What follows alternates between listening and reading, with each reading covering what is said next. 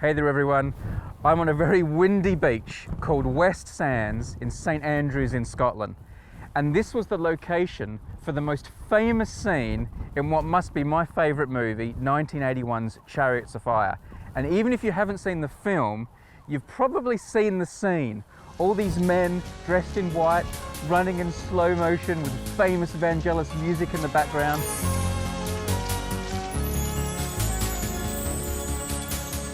And it was filmed there, running along and then running towards what's actually the St Andrews golf course just over there.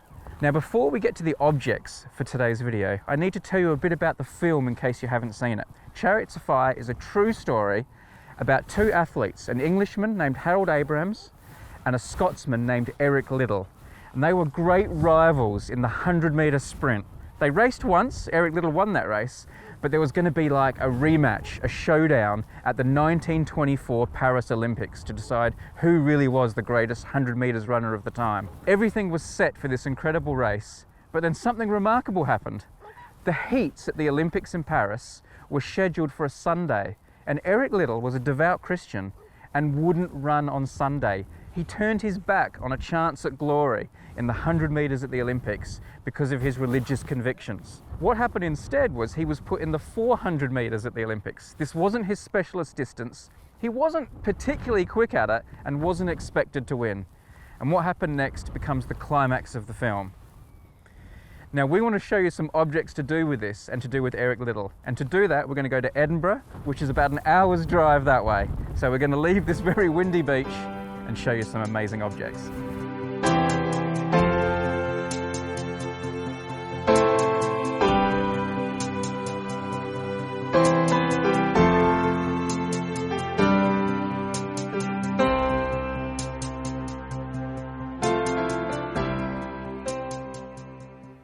And now we're at the University of Edinburgh Centre for Research Collections with Rachel.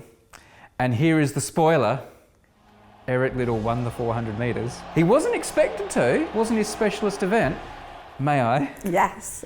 This is amazing. This is his gold medal from the Paris Olympics, 1924. Look at that. That's the real deal. I cannot believe I'm touching this. And it even has written on the edge here, the time that he ran, 400 metres won by E.H. Liddell, time 47 3/5 of a second. Firstly, can I say, it doesn't look very gold. That was one of the things that we always check with the medals, and it's handy having that on the side because it looks like a silver medal. This is obviously a really amazing thing for you to have in the collections here. Why is it here? These were presented for our care at the university by Eric Liddell's family because he was a student here, and his whole life at university, while he did do some studying, was about athletics and running and sport, and he features very heavily in the archives of the sports and athletics associations. We will come to his university life in just a moment. But first of all, there are two other medals here which I think are worth a look. These are also from the Paris Olympics in 1924. This is not part of the movie Chariots of Fire, and I only learned about this in recent years. This is a bronze medal because Eric Liddell also ran in the 200 metres at the Olympics. And he ran against Harold Abrahams. And they don't mention that in the film at all. So they did have their race. Eric Liddell, as you can guess, because this is a bronze, came third behind the two Americans, Shultz and Charles Paddock, I believe. Harold Abrahams came sixth. So there you go. The part of the story they don't tell you. The 200 metres, a bronze medal for the collection as well. There is a third medal here. This is like just participation, is it? It is. Everybody who participated in the Olympics would have got a similar medal just to acknowledge their participation. Participation, yeah. Like getting a gold star at school. What have we got here, Rachel? So this is the first matriculation of Eric Liddell's, and it gives us some detail about his life, where he was living, who his family was. And this is kind of like his admission or his enrolment. Yeah, okay. Enrolment with the university. So you can see that he was living at 4 Merchiston Place in Edinburgh, and his nearest relative he lists as his father, Reverend J.D. Liddell, of the London Mission Broadway at London. It notes his birthplace as Tianjin, which is in China. So he was born in China as his parents were missionaries. It says here nationality Scotch, and you rolled your eyes at that term. Scottish would be how we would say it these days. He's Scottish, yes. It's not a blended whiskey. No, it's Scotch, So, but there we go. yeah. Now, religious denomination. Obviously, we're going to have a religious denomination for Eric Liddell of all people. It says congregational. His age at his last birthday, 19, and he's studying pure science. Yes, he followed his brother to Edinburgh University to study pure science. Obviously, it gives his school education as well, and that he has passed the university's entrance exam. So he's good to go. He's good to come and study here at the university. We have some pictures of him in the athletics teams, I believe, Yeah. in here. There we go. There's the man with the team.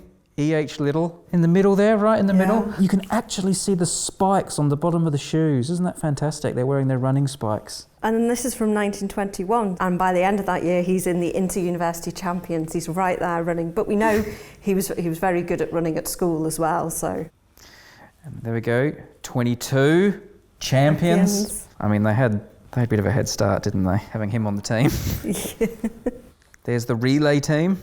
He seems very relaxed. Apparently he was like super humble, super chilled, and Tell you what, I wish I'd had Eric Liddell on my relay team back in school. The 23, 24. 23, 24. And he graduates in 24. And now it says E.H. Liddell, captain. Look at those monster spikes. I love it. I love the jumper in this one. He's got the sweater now, the cricket-style sweater. He's not the captain this year, though. Someone else is the captain. 24, 25, so this is the Olympics year. Yeah.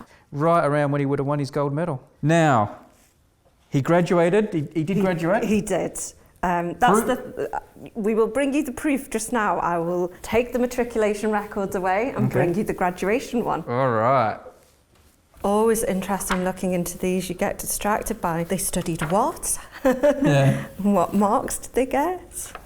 Okay, so here we go. Here is his graduation in science. It says Eric Henry Liddell. So it gives again his birthplace as China in Tientsin on January the 16th, 1902. And then they put Edinburgh address and it's crossed out because they put it in the wrong column. So people make mistakes, even in university graduation records. So it says 4 Murchison Place, Edinburgh. And it continues here onto another page? Yeah. What's really interesting here is that it says his Edinburgh address, but it says or care of London Mission Broadway, London, and this is July 1924. That kind of brings you into the world of the rest of his life as well in missionary work, which his parents had done anyway. And here we have some results. Chemistry 87. Yeah, practical chemistry 71, and they give the results here because that was his main subject. So while he took the degree of pure science, his main subject was chemistry. But it shows here, with the 2 E's under mathematics and natural philosophy,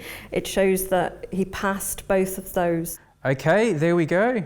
Graduated. So Rachel, this seems like a strange thing to have in a university collection. This is an invitation to Eric Liddell's wedding.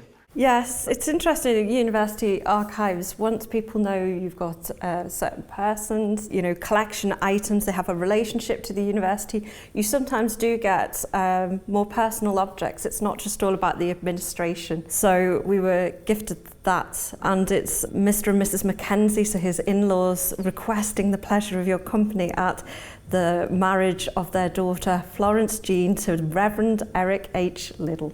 There we go. It was in China. His At birthplace. the Union Church in Tianjin. Yeah. March 27, 1934. At 2 p.m. Don't be late. There we go. But it's nice to have those personal things. We can have the official record of the university, but then someone's life is brought to life by these different objects that we have. He sadly died and was buried in China, and that brings us to the final object that you have in the collection, which are these 2 pictures. They are images of a memorial that has been put in China where he passed away. And these were given to the university from colleagues in China who'd visited, and they wanted to make sure that a record of this memorial came back to his university so that we can see that he is thought of highly. very much for his missionary work, but also as he was born and died in China, China often sort of claim him as an athlete too, don't they, as a gold medalist. Fantastic, thank you so much. I literally came to Edinburgh because I wanted to see this. Can I hold it one more time? Yes. Eric Liddell's gold medal, 400 metres, Paris Olympics, 1924. I must have watched the film 100 times. And there's the medal.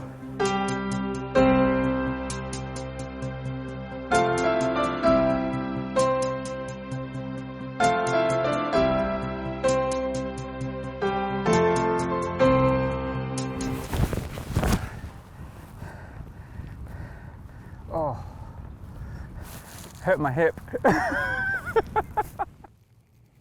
Pig? Racing pig. Racing pig. And a goat pulling a carriage, is it? A goat pulling a carriage?